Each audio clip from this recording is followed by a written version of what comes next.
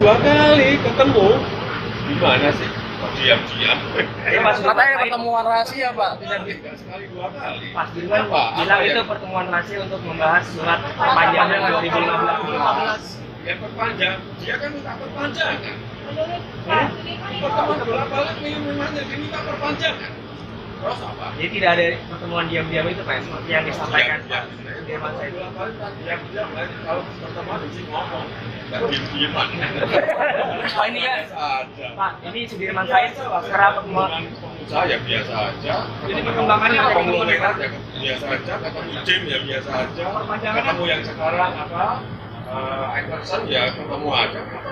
Perpanjangannya Ya, kita ini kan diminta untuk perpanjangan, diminta untuk ya nanti sejak awal saya sampaikan bahwa kita memiliki keinginan itu. Apa boleh?